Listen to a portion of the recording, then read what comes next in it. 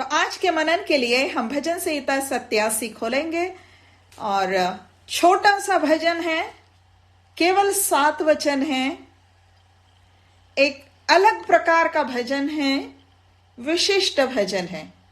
और जब हम अध्ययन करेंगे तो हम समझ लेंगे कि हम कह सकते हैं कि प्रभु परमेश्वर जिसके पवित्र आत्मा की प्रेरणा से वचन लिखा गया है, ये हम सब जानते हैं, उसने इस वचन को और भी विशिष्ट प्रेरणा के साथ लिखा है। आइए पढ़ते हैं भजन संहिता 87। ऊपर से जो हमारे लिए टाइटल दिया गया, शीर्षक दिया गया है अध्ययनकर्ताओं के द्वारा, ये बाइबल के शब्द नहीं है, लेकिन अध्ययनकर्ताओं के द्वारा जो शीर्षक दिया गया है वो है सियोन की स्तुति में। सियोन की स्तुति में। फिर लिखा है कोरह वंशियों का भजन गीत। वचन का जो हिस्सा है वो इस प्रकार से शुरू होता है। पहला पद, उसकी नींव पवित्र पर्वतों में है और यहोवा सियोन के फाटकों से याकूब के सारे निवासियों से बढ़कर प्रीति रखता है। हे परमेश्वर के नगर, तेरे विषय महिमा की बातें कही गई हैं। सेला। वचन 4, मैं अपने जान पहचान वालों से रहब और बाबेल की भी चर्चा करूंगा। पलिश्त, सोर और कुश को देखो, यह वहां उत्पन्न हुआ था। और सियोन के विषय में यह कहा जाएगा, अमुक अमुक मनुष्य उसमें उत्पन्न हुआ था और परम प्रधान आप ही उसको स्थिर रखे। यहोवा जब देश देश के लोगों के नाम लिखकर गिन लेगा, तब यह कहेगा, यह वहां उत्पन्न हुआ था। सेला। 7वां वचन, गवैये और नृतक दोनों कहेंगे, हमारे सब सोते तुझी में पाए जाते हैं। आइए प्रार्थना करें। सर्वशक्तिमान जीवित परमप्रधान सर्वशक्तिमान परमेश्वर, तू जो आदि और अंत है, अल्फा और ओमेगा है, सब कुछ तेरे हाथों में है और ये वचन तेरी प्रेरणा से हमारे लिए लिखा गया है। हम धन्यवाद करते हैं आज विशेष रीति से इस भजन के लिए जो आज हमारे सामने तेरी ओर से दिया गया है। तेरे वचन से जब हम इसको पढ़ते हैं, मनन करते हैं, परमेश्वर पिता तुझसे विनती करते हैं, तेरे पवित्र आत्मा के द्वारा हम में से हर एक के हृदय को तू समझने में सहायता कर, ताकि आत्मिक रीति से आत्मिक बातों में मिलकर जब हमारे पास आती है तो आत्मा के द्वारा हम उसे ग्रहण करें और उसका आत्मिक लागूकरण हम कर सकें। प्रभु हमारी सहायता कर, भूल चूक से बचा और सब कुछ तेरी महिमा के लिए होने दे। प्रभु यीशु मसीह के नाम से मांगते हैं, आमीन। सियोन की स्तुति में, तो ये भजन सियोन की स्तुति में लिखा गया है और सियोन का उल्लेख इसमें बार बार वरन हर एक वचन में आया है। अलग अलग नामों से इसको बताया गया है यहां पर और कुछ ना कुछ उसके लिए कहा गया है, कहीं उसका सर्वनाम लिया गया है। पहले वचन में उसको पवित्र पर्वतों से बोला गया है, दूसरे में बोला सियोन, तीसरे में बोला परमेश्वर के नगर, चौथे में कहे वहां, जो आखिरी लाइन है चौथे में, देखो यह वहां उत्पन्न हुआ, तो ये वहां मतलब सियोन में उत्पन्न हुआ। पांचवें में फिर सियोन शब्द आया है, उसमें आता है मतलब फिर सियोन में, और 5 का अंत है और परम प्रधान आप ही उसको स्थिर करेगा, मतलब सियोन को स्थिर रखेगा। फिर 6वें में कहता है कि यहोवा जब देश देश के लोगों के नाम लिख कर गिन लेगा तब यह कहेगा कि यह वहां उत्पन्न हुआ था। वहां मतलब सियोन में उत्पन्न हुआ था। और गवैये 7वां वचन जो है, गवैये और नृतक दोनों कहेंगे कि हमारे सब सोते तुझी में पाए जाते हैं। ये जो तुझी में है ये 2 अर्थ से लिया जाता है। सियोन के लिए भी लिया जाता है कि सियोन में, और तुझी में मतलब प्रभु परमेश्वर में भी इसका अर्थ लिया जाता है। तो ये सियोन की स्तुति में गीत है। तो स्पष्ट है सियोन के बारे में बताया गया। सियोन क्या है? सियोन क्या है? बाइबल में सियोन यह शब्द बार बार आया है। 161 बार ये शब्द बाइबल में आया है। सियोन का अर्थ होता है किला, ऊंचा किला, ऊंचा स्थान। किला कहो तो सुरक्षित स्थान हो जाता है, ऊंचा मतलब सबसे ऊंचा। सियोन का उल्लेख सर्वप्रथम 2 शमूएल में हुआ है और यहां से शुरू हुआ है सियोन ये शब्द लेकर। 2 शमूएल 5:7 में पहली बार सियोन शब्द आया है, लेकिन इसे दूसरे नाम से इसका उपयोग किया गया है। सियोन एक पहाड़ी का नाम था मुख्यतः।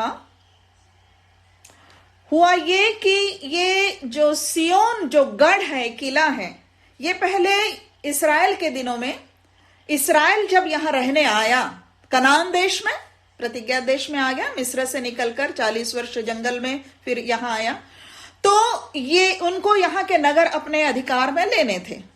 तो ये नगर पहले यबूसी नाम के लोगों के अधिकार में था। वहां से उनके कब्जे में से इसको जीत लिया दाऊद ने, और फिर दाऊदपुर ये इसका नाम रखा गया।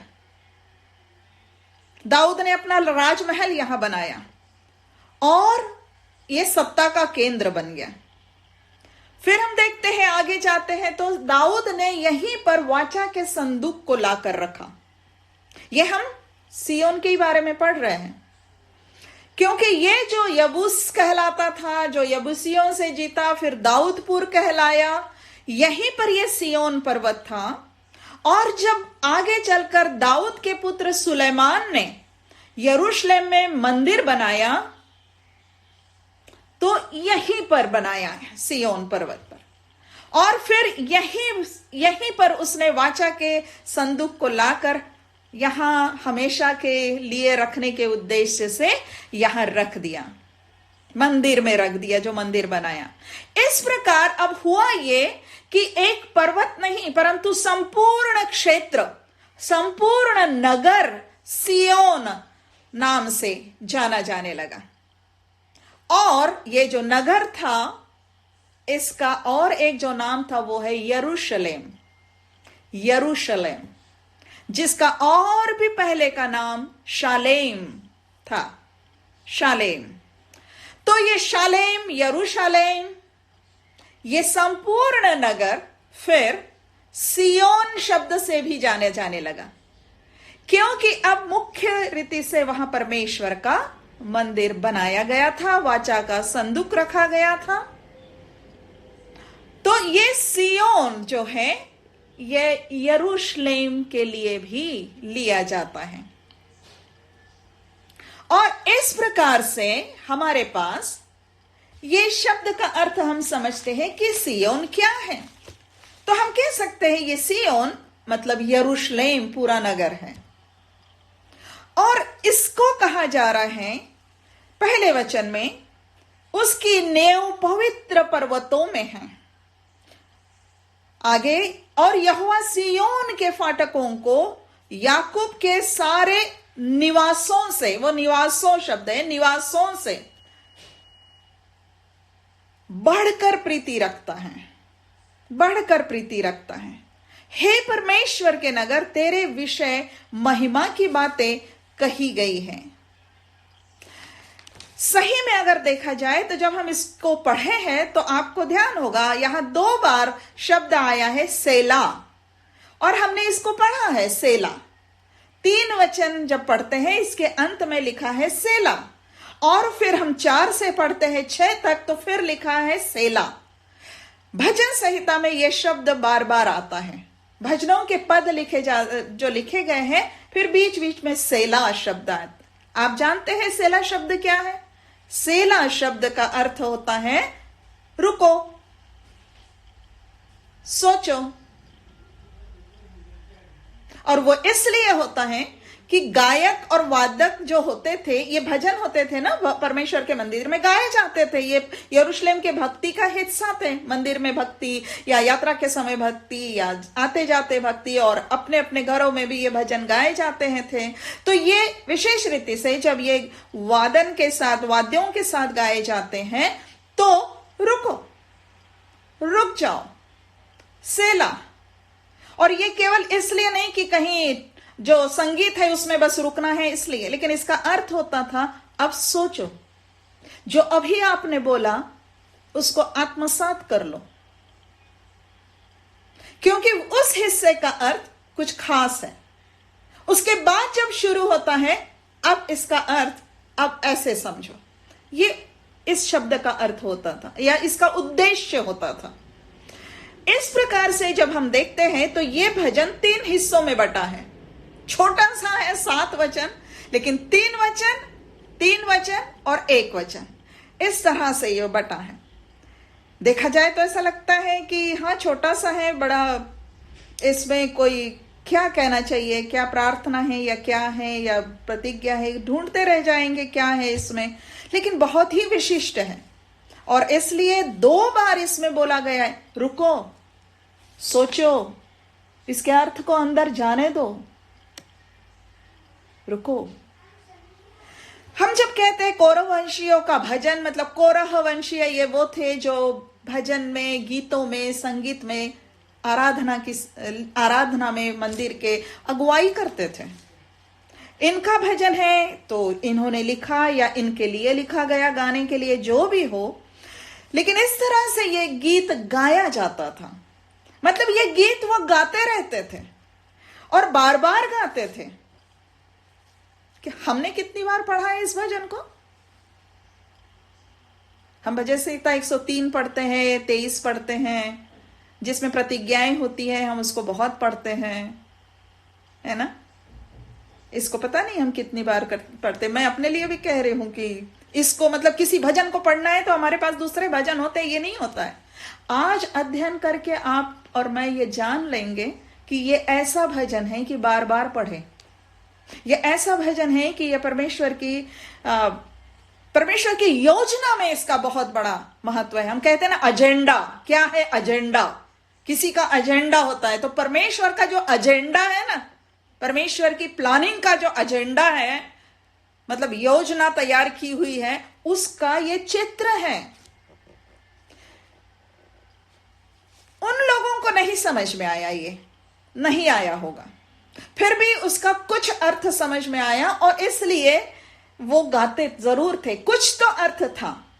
बात यह है प्रियो कि पहले 3 वचन, उसका जो अर्थ है वो उस समय के तत्कालिक, जो यरूशलेम पर लागू होता है, जो एक भौतिक भौगोलिक यरूशलेम है। लेकिन अगले 3 वचन जो है, वचन 4, 5 और 6, ये वचन हम कह सकते हैं आत्मिक रीति से लागू है सियोन पर। हम कह सकते हैं आत्मिक रीति से जिस स्थान को सियोन कहा गया है, उस सियोन के लिए। आत्मिक रीति से जिस स्थान को यरूशलेम कहा गया है, उस स्थान के लिए। आत्मिक कहिए या स्वर्गीय कहिए, क्योंकि आत्मिक बातें जो है वो स्वर्गीय बातें हैं। इस पृथ्वी की बातें पृथ्वी की है, महत्वपूर्ण है, क्योंकि हमारा जीवन यहां है। केवल हमारा जीवन यहां है नहीं, इस पृथ्वी पर परमेश्वर मनुष्य बनकर आया था। इस ब्रह्मांड में, यूनिवर्स में जितने भी ग्रह हैं, उन बहुत सुंदर सुंदर है, बच्चों को पूछिए कि कैसे अलग अलग ग्रहों का वो अध्ययन करते हैं, लेकिन इन सब में से इस पृथ्वी नामक ग्रह पर परमेश्वर का पुत्र परमेश्वर यह मनुष्य बनकर आया। इसलिए पृथ्वी को एक ऐसा ग्रह भी कहा जाता है जिस पर परमेश्वर ने भेंट दी, खुद आया, बनाया सब कुछ परमेश्वर ने ही है। लेकिन परमेश्वर इस पृथ्वी के बाहर मतलब ऊपर से वो अधिकार रखता है, उसका अस्तित्व भी है, वो सब तरफ अपने उपस्थिति रखता है। वचन कहता है ना, मैं तेरी आत्मा से भागकर कहां जाऊं, तो ऐसा सब तरफ है। परंतु इस पृथ्वी पर परमेश्वर ने वास किया। परमेश्वर ने इस्राएल के मध्य वास किया।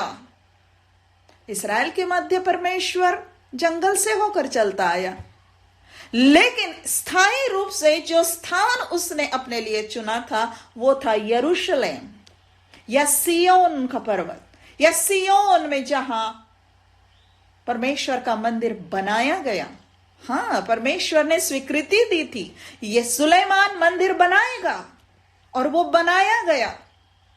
और वर्षों तक, 1000 वर्षों तक वहां पर मतलब चलती रही भक्ति आराधना, जब तक यरूशलेम का मंदिर शत्रुओं के द्वारा तोड़ा ना गया। लेकिन फिर बाद में फिर बनाया गया, यहां तक कि जब प्रभु यीशु मसीह आया तो यरूशलेम के मंदिर में आया।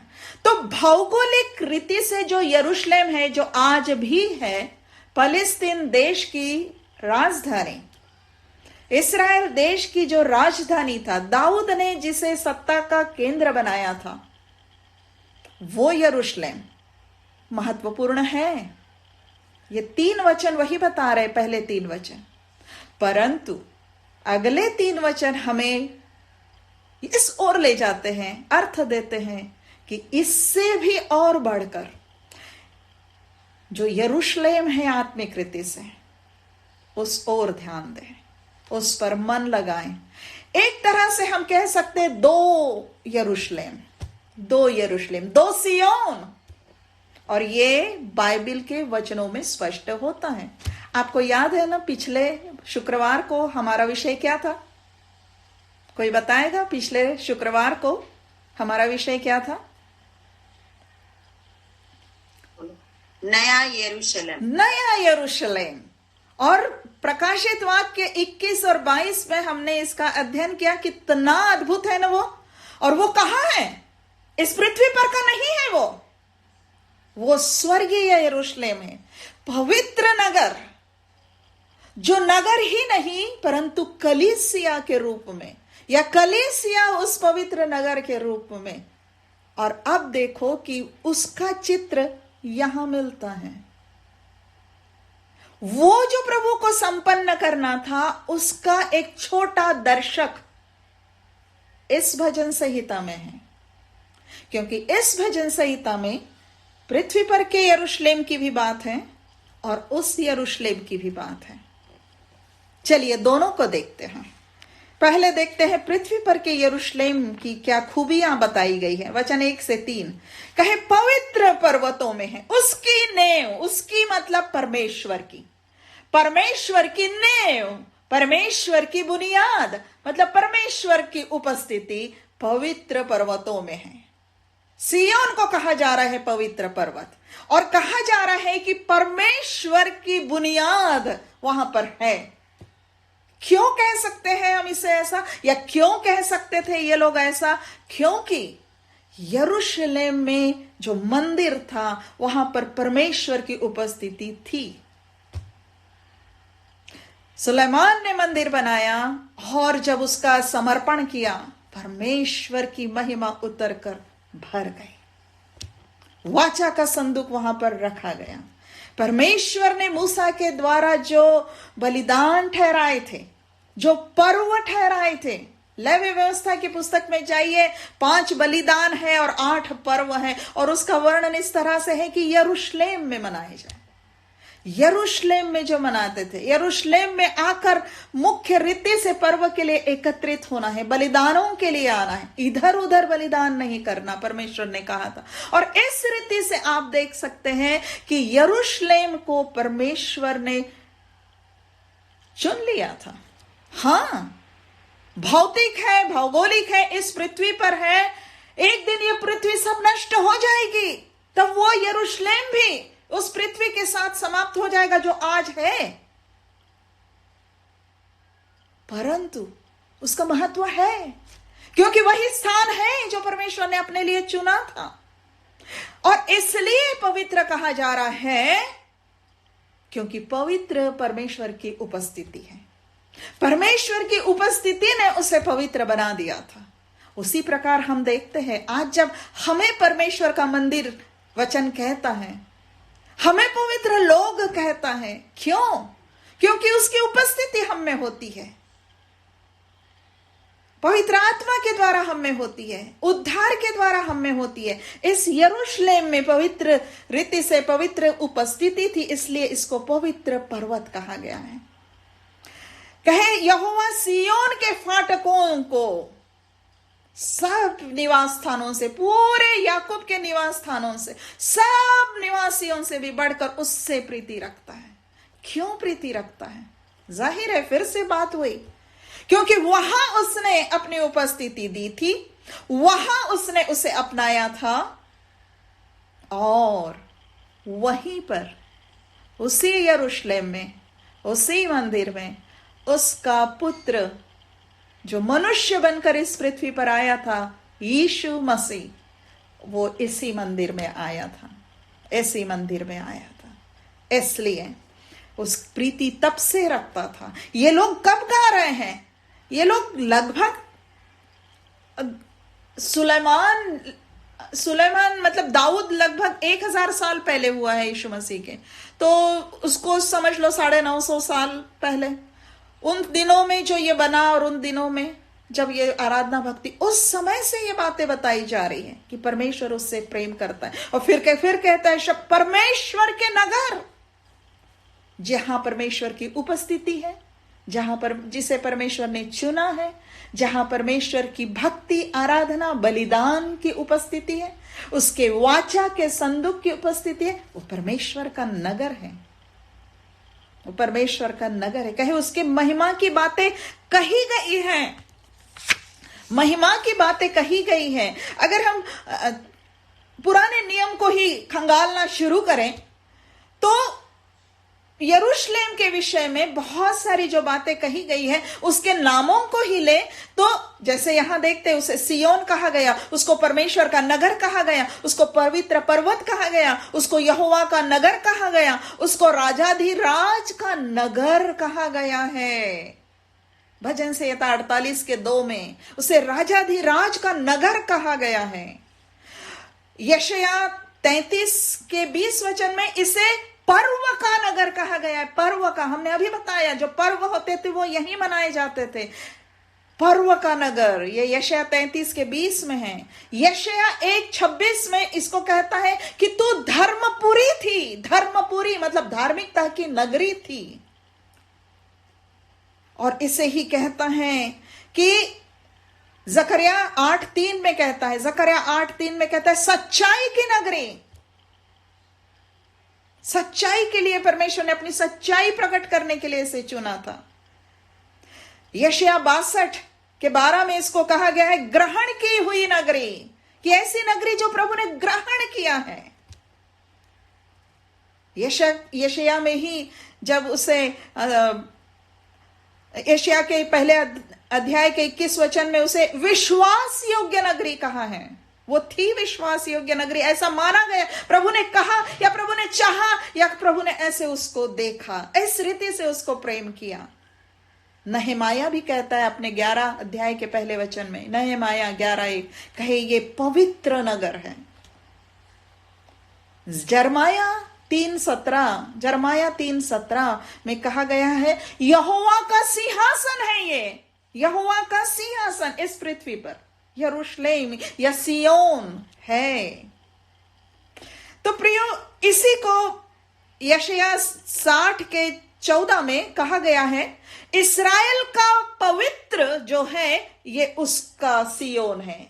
तो इस्राएल के पवित्र का सियोन, तो क्यों ना इसे पवित्र नगरी, और यहां कहा नहीं, क्यों ना कहा जाएगा परमेश्वर का नगर, पवित्र पर्वत, जब इस्राएल का जो पवित्र है, मतलब इस्राएल का जो परमेश्वर है यहोवा, उसका नगर है।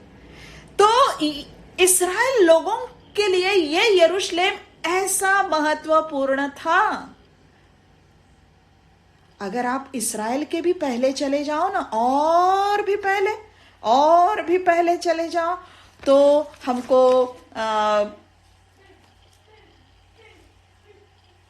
शालेम नाम से जो मलकीसदेक का राजा आया था, उत्पत्ति में जब हम पढ़ते हैं मलकीसदेक का राजा जो इस अब्राहम को मिलने आया था, तो शालेम का राजा था, मतलब वो यरूशलेम का राजा था।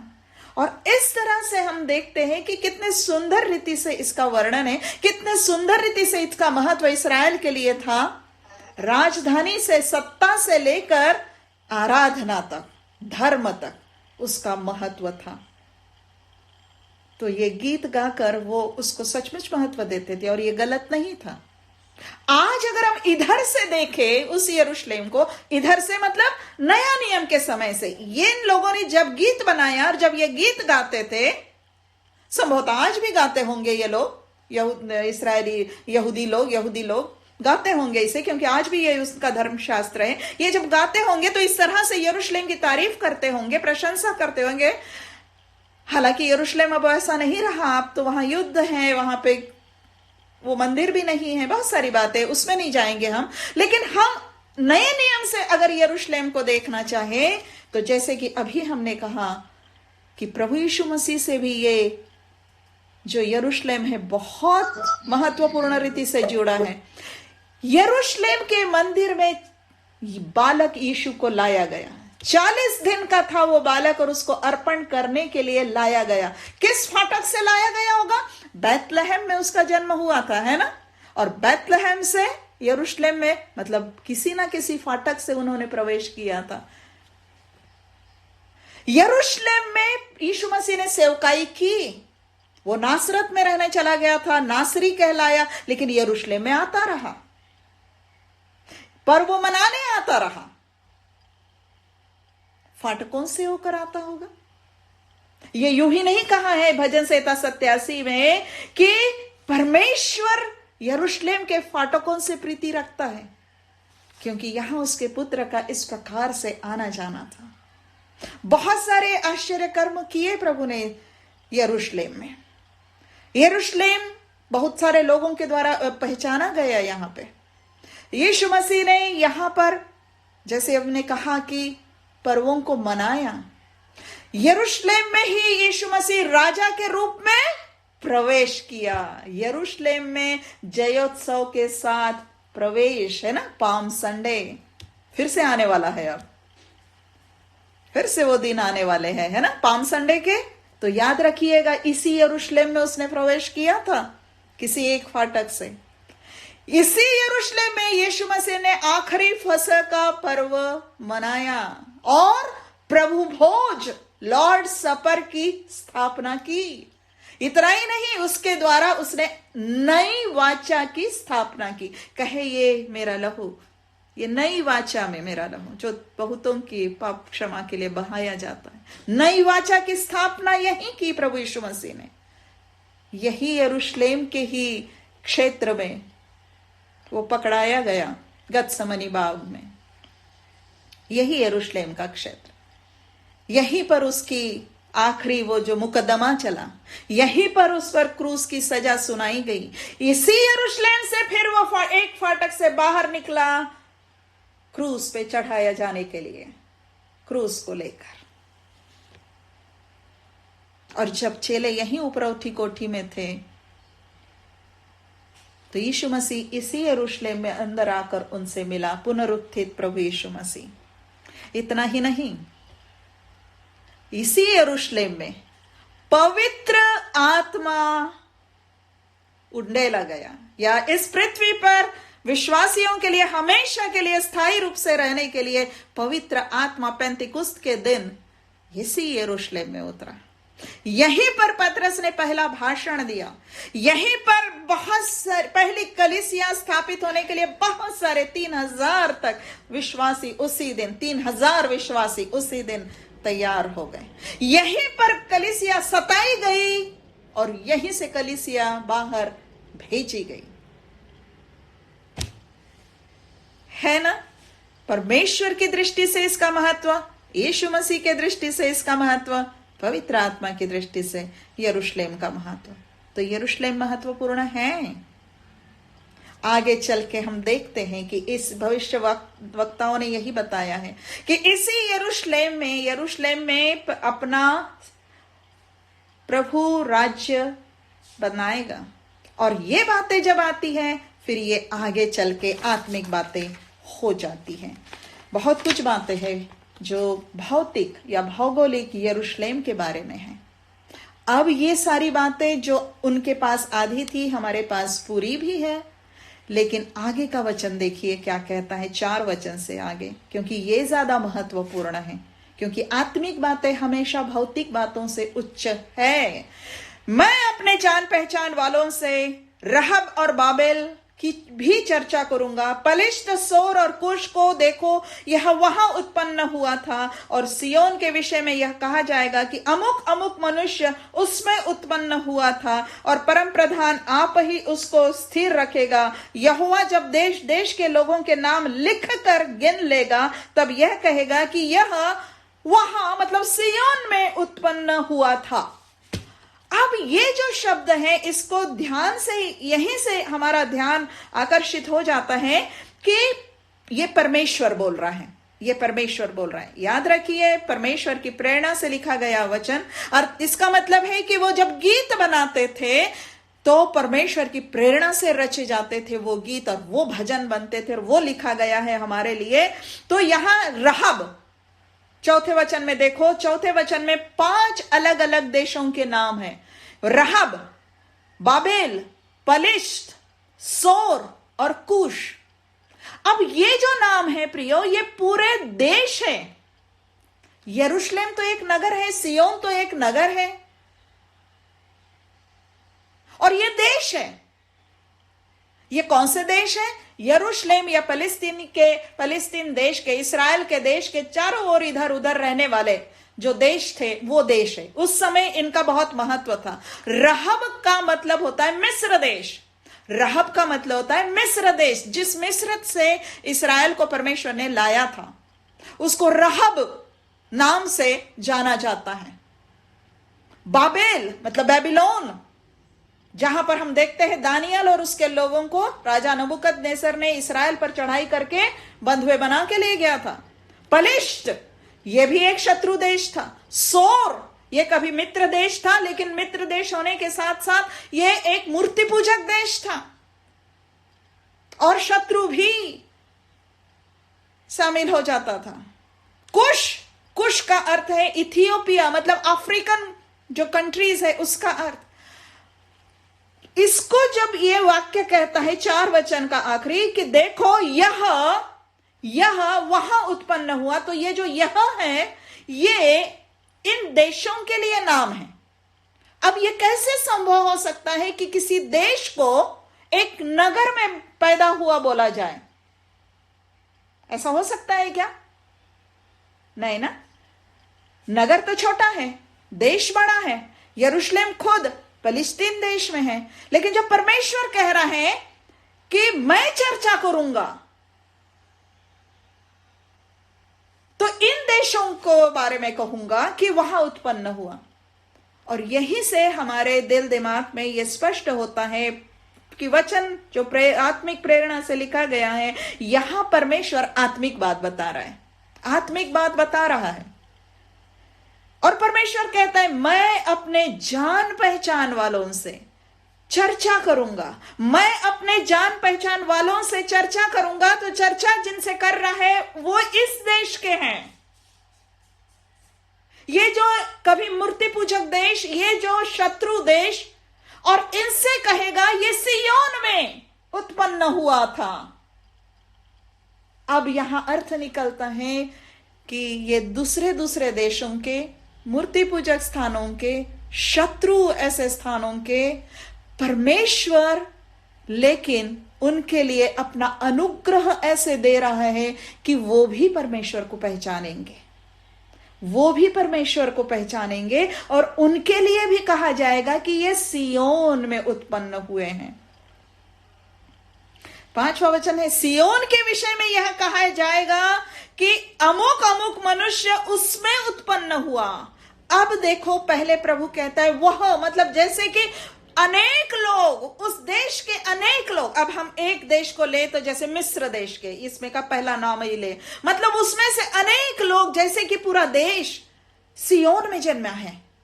और फिर कहता है अमुक अमुक मनुष्य, मतलब एक एक का नाम लेकर भी कहेगा कि वहां जन्मा है। और फिर कहता है 6वें में कि यहोवा जब नाम लिखेगा देश देश के लोगों का नाम, तो कहे ये सियोन में जन्मा है। प्रियो, ये सब कुछ मिलकर आत्मिक रीति से उस समय की ओर भविष्यवाणी थी। इस भजन में जब यह भजन लिखा गया, तब यह भविष्यवाणी लिखवा दी प्रभु ने कि आज का जो यरूशलेम लगता है, और सचमुच मेरा यहां पे निवास स्थान है, लेकिन एक समय आएगा जिसकी ओर प्रभु ध्यान लगाए हुए था कि वहां के लोगों के लिए भी कहा जाएगा ये भी यरूशलेम में जन्मे हैं, ये भी पवित्र नगर के हिस्सा है, ये भी यहोवा के नगर के हैं, ये भी यहोवा के जान पहचान वाले हैं। ये सब कुछ इस ओर ध्यान खींच रहे हैं, जो बातें प्रभु यीशु मसीह में और प्रभु यीशु मसीह के द्वारा संभव होने वाली थी, और आज हम कह सकते हैं संभव हो गई है, संभव हो गई है।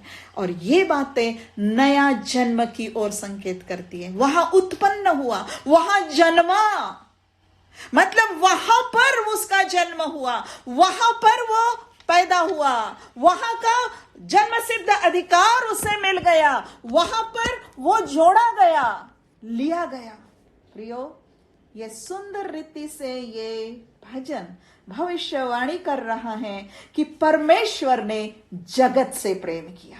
ये 5 शत्रु और मूर्ति पूजक राष्ट्रों का उल्लेख करके आज जो हो रहा है ना, आज जो आपके और मेरे जीवन में हुआ है ना, वो प्रभु यहां पर संकेत कर रहा था कि अन्य जातियों में से, मूर्ति पूजकों में से भी, जो मुझे नहीं जानते, जो उस समय इस्राएल के शत्रु भी रहे होंगे, उन सब में से, जो एक समय मसीही लोगों के शत्रु रहते हैं, उनमें से प्रभु अपने लिए लोगों का उद्धार कर लेता है और अपने यहां पे लोग बना लेता है।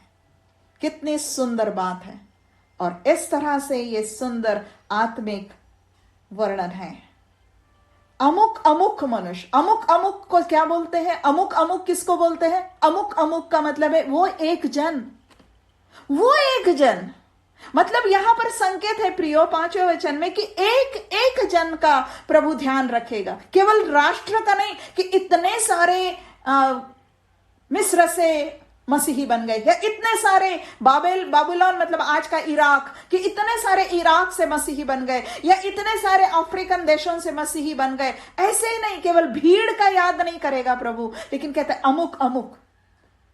मतलब आज अगर हम कहें कि ये जो देश, जो पहले हमारे सारे पूर्वज सचमुच बहुत हिंदू थे, इस हिंदू राष्ट्र के ही लोग थे, लेकिन हमको प्रभु ने अपने में बुला लिया, हमारे पूर्वजों को बुला लिया, आपको बुला लिया। कोई बहुत सारे होंगे जो पहली बार खुद होकर मसीह में आए हैं, है ना? हाथ उठा सकते हैं। कौन है जो खुद होकर मसीह में आया है? पहला यस हाँ, आपको प्रभु आपको याद रखता है। संतोषी देवी एक का नाम लेता है, एक का नाम लेता है, किरण का नाम लेता है, एक का नाम लेता है, शिव कुमार का नाम लेता है, एक का नाम लेता है, अमुक अमुक अमुक। कितनी सुंदर बात है ये कि जब हमारा जन्म, नया जन्म, जिसकी चर्चा प्रभु यीशु मसीह ने निकोदेमस से की थी कि जब तक मनुष्य नए सिरे से ना जन्मे परमेश्वर का राज्य देख नहीं सकता।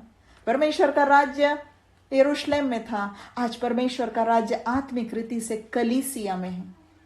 हम इन सब बातों को ऐसे जोड़ सकते हैं प्रियो कि आत्मिक यरूशलेम जो हमने देखा, स्वर्गीय यरूशलेम जो हमने देखा कि कलीसिया है, ये यरूशलेम में लोगों को लेने की बात प्रभु कर रहा है, और वो उद्धार के द्वारा होता है। आपका उद्धार हुआ है तो आप इस यरूशलेम के वासी हैं, और प्रभु आपको गिनेगा कि आपका जन्म यहां हुआ है, और आप कह सकते हैं कि उस स्वर्गीय यरूशलेम की मैं वासी हूं, मेरा जन्म वहां हुआ है, मेरा जन्म मसीह की कलीसिया में हो गया है। प्रियो, ये जो वचन है ना, 5वां वचन, सियोन के विषय में यह कहा जाएगा कि अमुक अमुक मनुष्य उसमें उत्पन्न हुआ। ये इब्री भाषा, हिब्रू या इब्री भाषा का वचन है, जो हमारे लिए इब्री भाषा से यहां पर अनुवाद किया गया। लेकिन यीशु मसीह के जन्म के 200-250 साल पहले इब्री बाइबिल, हिब्रू भाषा की बाइबिल ग्रीक भाषा में अनुवाद कर दी गई थी। तो जो ग्रीक भाषा में लिखा था उसका अर्थ थोड़ा सा उन्होंने जो लिखा था वो इस प्रकार कहता था कि हरेक मनुष्य कहेगा कि सियोन मेरी माता है। यहां जो हमको इब्री भाषा के बाइबल में कह रहा है कि मनुष्य उत्पन्न हुआ, उसमें उत्पन्न हुआ, उसी बात को ग्रीक भाषा के बाइबल में लिखा गया था कि मनुष्य, हर एक मनुष्य कहेगा कि सियोन मेरी माता है। तो सियोन में जन्म लेना, तो सियोन मेरी माता है। यह मनुष्य उसमें जन्म लिया है। मनुष्य कहेगा कि वो मेरी माता है, मतलब यरूशलेम को, सियोन को अपनी माता कहेगा। हम लोग इस कल्पना को समझ सकते हैं ना, क्योंकि मातृभूमि जब कहते हैं, अपने यहां ये धारणा बहुत अच्छे से मालूम है ना, मातृभूमि, यहां हमारा जन्म हुआ तो ये हमारी मातृभूमि। सबकी मातृभूमि अपने अपने देश होता है। तो ये सियोन को मातृभूमि को महत्व नहीं दे रहा है, वो कह रहा है माता है। और अगर आपको कोई पद कभी गंभीर लगा होगा, कठिन लगा होगा समझने, तो वो एक जो बहुत से ऐसे वचन है समझ में नहीं आते, उस वचनों में से एक वचन है गलातियों 4:26। खोल के देखिए, गलातियों 4:26। और गलातियों 4:26 में कहा गया है, यहां पर ये यरूशलेम को माता करके कहा गया है। और मैं आपको पढ़ के यहां से सुनाती हूं। 4:26 यहां पर लिखा हुआ है कि ऊपर की यरूशलेम स्वतंत्र है और वह हमारी माता है। पौलुस जब लिख रहा है, ये पौलुस वो था जिन दिनों में ये था, तो वो ग्रीक भाषा में जो अनुवाद किया गया था पुराने नियम का, उसको जानता था। वो लोग जो अधिकांश लोग थे, वो जो ग्रीक भाषा ही जानते थे, वो इस वचन को ऐसे ही जानते थे जो अभी मैंने आपको बताया कि मनुष्य कहेगा कि सियोन मेरी माता है। यह मनुष्य वहां पे उत्पन्न हुआ है या वहां जन्मा है। तो सही में सियोन में जन्मा नहीं है, लेकिन उसने सियोन में जो परमेश्वर है, उस परमेश्वर से अपना रिश्ता जोड़ लिया है। उस सियोन में जो यहोवा परमेश्वर है, आज हम कह सकते हैं कि जो जीवित परमेश्वर है, जो हमें त्रिएक परमेश्वर के रूप में मालूम है, उस परमेश्वर से जिसने अपना नाता जोड़ लिया है, जिसने मसीह यीशु में विश्वास कर लिया है, तो सियोन उसकी माता है। इसी सियोन को अभी हमने पहले भी बताया, और पिछले शुक्रवार का हमारा संदेश वचन में जो हमने देखा, ऊपर की यरूशलेम, मतलब वो यरूशलेम जो ऊपर से फिर आने वाली है, जिसको परमेश्वर ने बनाया है। हम कह सकते हैं ये पृथ्वी के यरूशलेम को दाऊद ने बनाया था, लेकिन परमेश्वर ने उसमें निवास किया, आकर अपनी उपस्थिति दी। उसका निवास स्थान तो स्वर्ग ही है, लेकिन अपने वाचा के संदूक के द्वारा, अपनी महिमा के द्वारा उसने उपस्थिति दी। और यहां पर ऊपर की यरूशलेम, और इसलिए जो है, जो प्रभु बना रहा है, वहां हम जाएंगे, हम वहां होंगे। और ये कहता है कि वो हमारी माता है। और इस तरह इसका अर्थ है, मुझे नहीं मालूम आप में से बहुत सारे लोगों के पास ऐसे कोई लोग आए हैं क्या जो गलत शिक्षा देते हैं और इस वचन को लेकर कहते हैं कि परमेश्वर पिता नहीं है, माता है। मुझे नहीं मालूम, लेकिन पता नहीं पास्टर सैमसन के पास कभी कोई आए हैं क्या? बहुत से ऐसे आते हैं लोग जो कहने के लिए कि आओ हम आपको नई शिक्षा देते हैं। कि यहां दिल्ली में भी बहुत घूमते हैं, और अगर आएंगे कभी मसीही कहलाते अपने आप को और कहते हम आपको सही शिक्षा देते हैं, परमेश्वर केवल पिता नहीं है, परमेश्वर माता है, क्योंकि ये वचन है। तो याद रखिएगा, ये वचन ऐसा नहीं है, ये वचन ये नहीं सिखाता, ये वचन इस अर्थ से है जो भजन संहिता 87 हमें ये वर्णन देता है। उस स्वर्गीय आत्मिक यरूशलेम के जब हम हिस्सेदार या वहां जन्मे हुए हो जाते हैं, तो हम कह सकते हैं कि वो हमारी माता है। वचन कह रहा है, पौलुस कह रहा है, वो ऊपर की यरूशलेम हमारी माता है। इसको बहुत बढ़ा चढ़ा के नहीं बताना है, इसको बार बार उपयोग में लाने के लिए, शब्दों के लिए बस ये है कि इसको समझे, इसके अर्थ को समझे। और हम ये ध्यान दें कि यहां पर जब परमेश्वर इस भजन संहिता को लिखवा रहा था, इसमें बहुत सुंदर रीति से ये भविष्यवाणी थी। एक और वचन हम पढ़ेंगे जो हमें इस वचनों को और समझाता है। इब्रानियों की पत्री इसका 12 अध्याय, इब्रानियों की पत्री इसका 12 अध्याय 22 वचन से पढ़ते हैं। 22 वचन से पढ़ते हैं, 22 से 24 पढ़ लेते हैं, और उसमें से हम मुख्य चीजों को फिर लेंगे जो हमारे विषय के साथ जाते हैं। पर तुम, जो ये लिख रहा है लेखक, ये विश्वासी या कलीसिया के लोगों से कह रहा है कि तुम सियोन के पहाड़ के पास, सियोन आया ना नाम, सियोन के पहाड़ के पास और जीवते परमेश्वर के नगर स्वर्गीय यरूशलेम के पास और लाखों स्वर्गदूतों और उन पहलौठों की साधारण सभा और कलीसिया जिनके नाम स्वर्ग में लिखे हैं। बहुत सारी बातें हैं इसमें, मैं यहां इसलिए रुकती हूं कि ये वाक्य हिस्सा हमारे लिए जरूरी है आज समझने के लिए। तो कहता है तुम यहां, और आगे 24 वचन में शब्द है पास आए हो। हमें कहा जा रहा है कि हम सियोन पर्वत के पास, सियोन पहाड़ के पास आए हैं, हम जीवते परमेश्वर के नगर के पास आए हैं, हम स्वर्गीय यरूशलेम के पास आए हैं, हम लाखों स्वर्गदूतों के पास आए हैं, हम उन पहलौठों की साधारण सभा। एक तरह से देखो तो हमारे पहले के जो लोग प्रभु के थे, वो पहलौठों की सभा मतलब इस्राएल में से भक्तगण, और कलीसिया मतलब आज आप और मैं जिन्होंने यीशु में उद्धार पाया है, जिनके नाम स्वर्ग में लिखे हुए हैं, हम उनके पास आए हैं, स्वर्ग में नाम लिखे हुए हैं।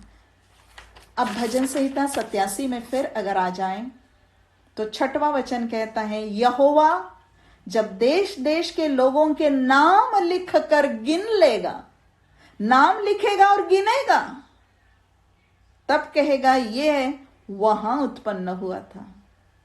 वहां मतलब सियोन में।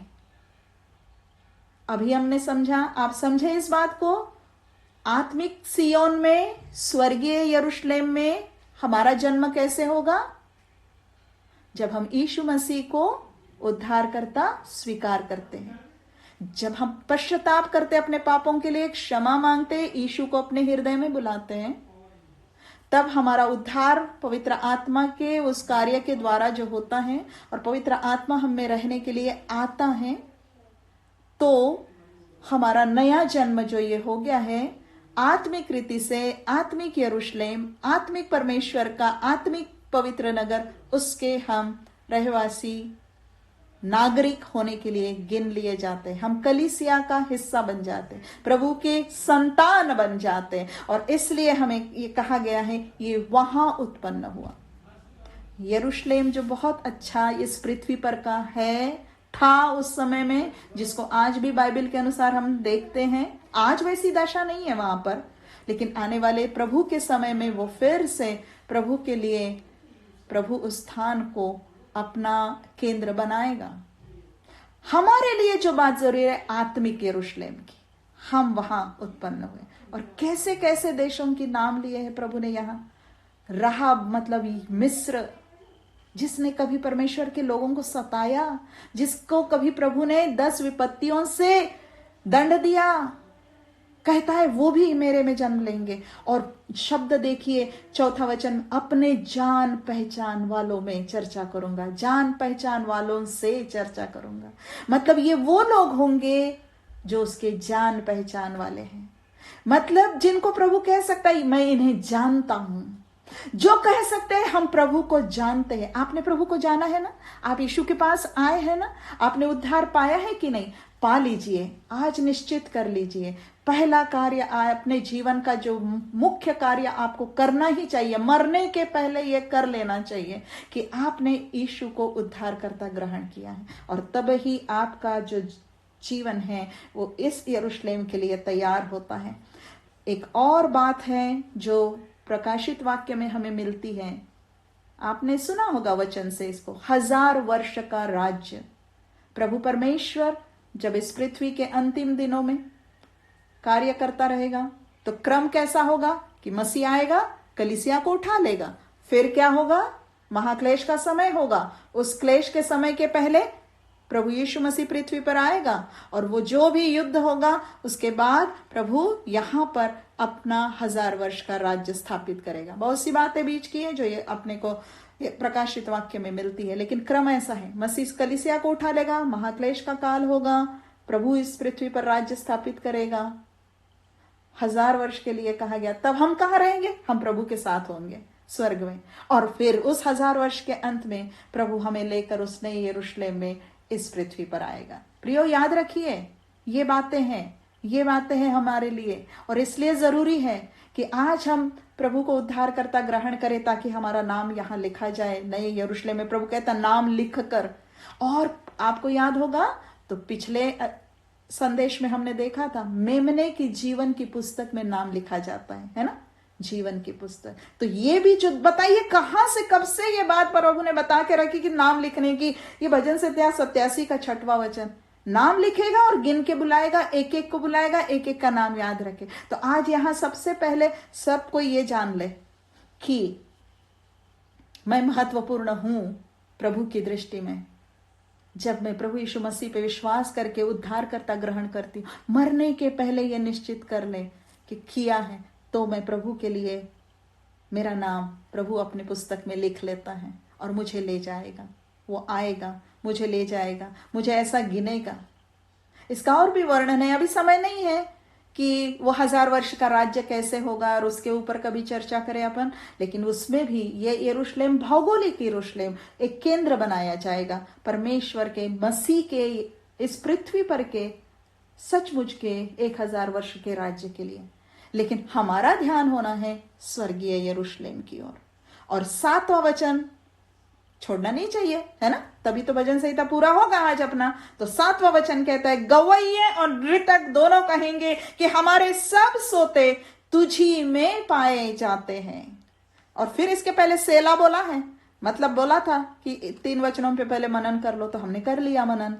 अब ये 7वां वचन कहता है, ये कोरहवंशी जो गीत गाते थे, जो संगीत और गायक थे यहाँ पर बजाने वाले, ये सब कहते हैं गवैया और नृतक। नृतक मतलब का अर्थ है वाद्य बजाने वाले, नृतक का अर्थ है इंस्ट्रूमेंट्स, वाद्य बजाने वाले। तो मंदिर में जो भी वीणा और जो भी बजाते होंगे वो बजाने वाले, वो सब मिलकर क्या कहें, हमारे सब सोते तुझी में पाए जाते हैं।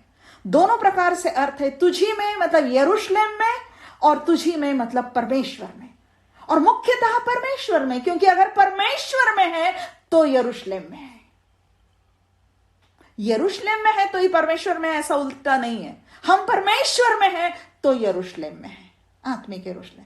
और आज हमें भी सब सोते सोते से अर्थ है सोता, जो स्रोत होता है। हमारे सब सोते मतलब हमारी सारी शक्ति, हमारा सारा आनंद, हमारा सारा स्रोत, हमारे जीवन का स्रोत, हमारे लिए सब कुछ जो प्रभु से मिलना चाहिए वो तुझी में है प्रभु, या इसी यरूशलेम में है प्रभु, जब हम इसके हिस्सेदार बनते हैं। जब हम ये यरूशलेम एक तरह से एक आत्मिक धारणा या आत्मिक अवस्था है हमारी, जो हम बन जाते हैं। और इसीलिए नया यरूशलेम दुल्हन बोला गया है, क्योंकि हम ही उसमें आएंगे। याद रखिए समयों को और इस तरह से तैयार हो जाइए। 2 बातें मैं आपसे विनती करूंगी करने के लिए। आप फिर से इस भजन को पढ़िएगा और प्रकाशित वाक्य 21-22 को फिर से पढ़िएगा, बल्कि आप 20, 21, 22 को भी पढ़िएगा, ठीक है। और एक प्रश्न का उत्तर अपने हृदय में पक्का कर लीजिए कि क्या मैंने उद्धार पाया है। प्रभु से कहिए, प्रभु मेरे अंदर उस पवित्र आत्मा के नए जन्म का काम कर और मेरा नाम जीवन की पुस्तक में लिख ले। आपके जीवन का परिवर्तन आपको खुद गवाही देगा। आपके अंदर कि उद्धार हुआ है, आपने ग्रहण किया है। बहुत सुंदर वचन है। कहने लगूं तो मैं अभी कहूंगी कि इसमें मैं और 20-25 मिनट बोल सकती थी, लेकिन अब हम रुकते हैं। सेला सेला, हम रुके, मनन करें।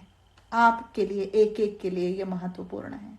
प्रभु को धन्यवाद दें और प्रभु से कहें, धन्यवाद प्रभु, तू प्रभु यीशु, तू इस पृथ्वी पर के यरूशलेम में आया, मारा गया, गाड़ा गया और फिर जी उठा वहीं पर, परंतु इसलिए कि मुझे आत्मिक यरूशलेम का सदस्य बना दे।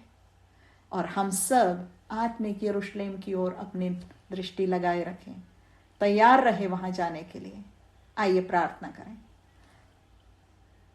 जीवित परमेश्वर पिता, तेरी इस सुंदर योजना के लिए जो तूने अपने वचन में जाहिर की है, हम तेरा धन्यवाद करते हैं। प्रभु जी, बहुत सी बातें हम मनुष्य होने के नाते समझ नहीं सकते, क्योंकि ये तेरी बातें हैं, लेकिन तूने वचन में दिया है, इसलिए हमने इस पर मनन किया है। और प्रभु प्रत्येक की मदद कर पवित्र आत्मा के द्वारा, कि सचमुच हम अपने अपने अंतःकरण में सेला कर सके, रुक सके, सोच सके और इस अर्थ को लागू कर सके, आत्मसात कर सके, और हम में से एक भी जन ना छूट जाए प्रभु, जिसको तू ये ना कहेगा कि मेरे जान पहचान का है, ये सियोन में जन्मा है। नए जन्म का अनुभव हम सबको दे, और जिनको भी नया जन्म का अनुभव है उन हम सबको इसमें और दृढ़ कर और आनंदित रख। जीवन के तमाम परीक्षाओं में, कठिनाइयों में, मुसीबतों में, दुखों में, रोजमर्रा की परेशानियों में हमें इस एक भविष्य की ओर दृष्टि लगाए हुए आनंदित रहने में सहायता कर, क्योंकि ये सब कुछ तूने हमारे लिए अपने पुत्र यीशु मसीह के बलिदान के द्वारा संभव किया है। पुनरुत्थित प्रभु यीशु मसीह हमारा अगुआ है, जो वहां हमें ले जाएगा उस नए यरूशलेम में। प्रभु, हम धन्यवाद करते हैं और उसी प्रभु यीशु मसीह के नाम से मांगते हैं। आमीन, आमीन।